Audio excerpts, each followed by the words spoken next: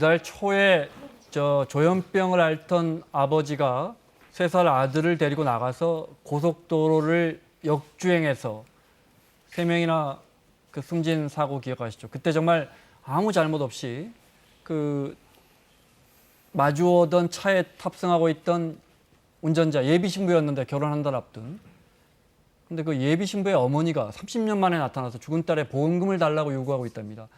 친권이라는 게 뭔지 좀 알아보겠습니다. 네. 그때 왜 사고 차에서 뭐 청첩장 나왔다 그러고 그렇습니다. 그랬잖아요. 지금 네. 말씀하신 대전 당진간 고속도로에 사고가 났는데요. 그때 이제 그 화물차를 운전하고 있던 분은 조현병 환자인 걸로 알려지고 있고 그 옆에 본인의 아들도 타고 있었어요. 그리고 상대편 차량, 그러니까 역주행을 한 게 조현병 환자가 운전한 차였고 상대편 차량에 결혼을 앞둔 예비 신부가 있었는데 이제 사고 수습하는 과정에서 보니까 청첩장이 거기서 네. 나와서 사람들은 좀 안타깝게 결혼 1달 했죠. 앞두고 그렇죠. 세상을 그런 일이 떠났는데. 일어나게 된 네. 거죠. 자, 화면 잠깐 보겠습니다. 네. 지난 4일 대전 당진간 고속도로 저 오른쪽에 하얀색 라보 차량이 역주행하는 게 분명히 보이시죠? 네, 저렇게 위험천만하게 주행을 하다가 간발의 차이로 다른 차들과 저렇게 비껴나가기를 계속 하다가 결국 예비 신부가 몰던 승용차와 정면 충돌합니다. 네, 물론 두 차 모두 아주 크게 부서졌고요.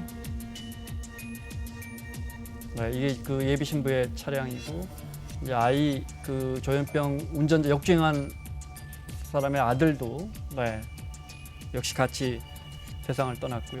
이건 예비 신부의 차인데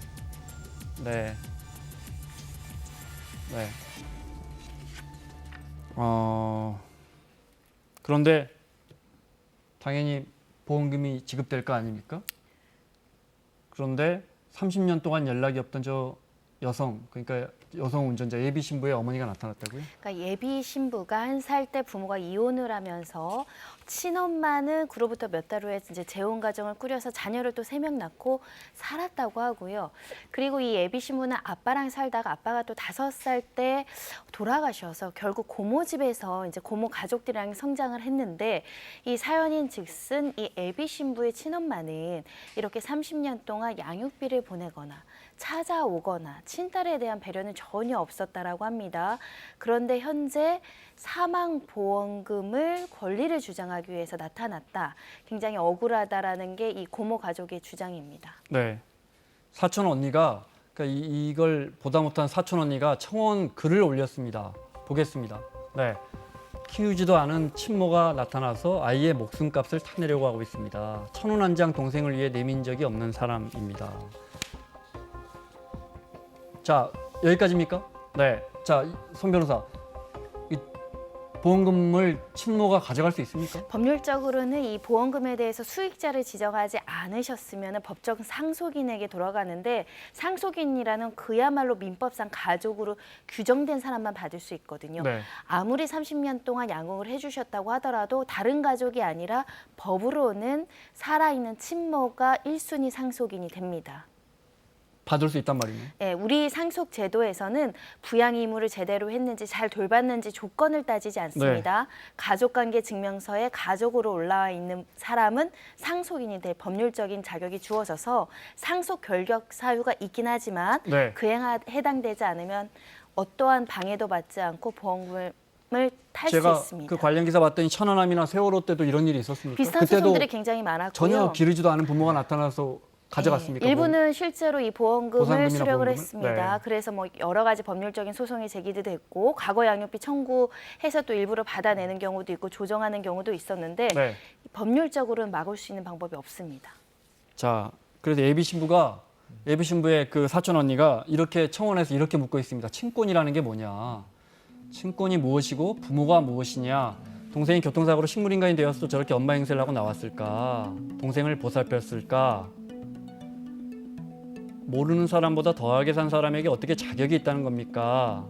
10년, 20년 이렇게 떨어져 살고 연락도 없었으면 친권 박탈해야 한다고 생각합니다. 그렇게 얘기하고 있죠. 사실은 청첩장 얘기가 우리가 했잖아요. 청첩장에 부모 이름이 적혀 있었어요. 근데 네. 그 부모 이름이 누군지 아세요? 고모하고 길러주신 분들. 그 길러주신 분이에요. 고모하고 고모부를 엄마 아빠로 기재를 했어요. 네. 그러면 실제 사망한 이 여성의 입장에서는 그분들이 부모 아니겠습니까? 네. 본인을 30세 거의 30년 가까이 키워준 그분들을 부모로 생각해서 본인의 청첩장에 아버지 어머니 이름을 그분의 이름을 올렸다고 하면 네.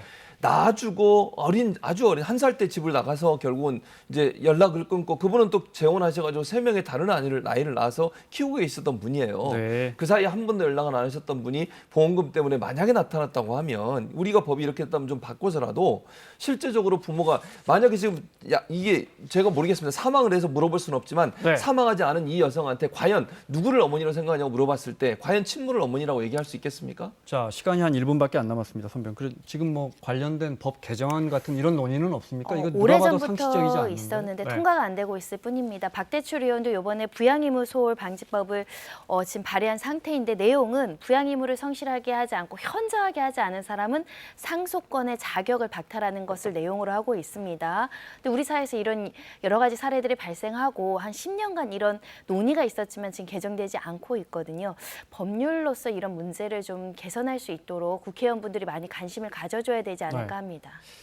마무리하겠습니다. 법을 떠나서 사람의 도리, 인륜에 어긋나는 게 아닌가 그런 생각도 듭니다. 네. 자, 마치겠습니다. 최진봉 교수, 손정혜 변호사 수고하셨고요. 사사건건 다음 주 시간에 돌아오겠습니다. 고맙습니다.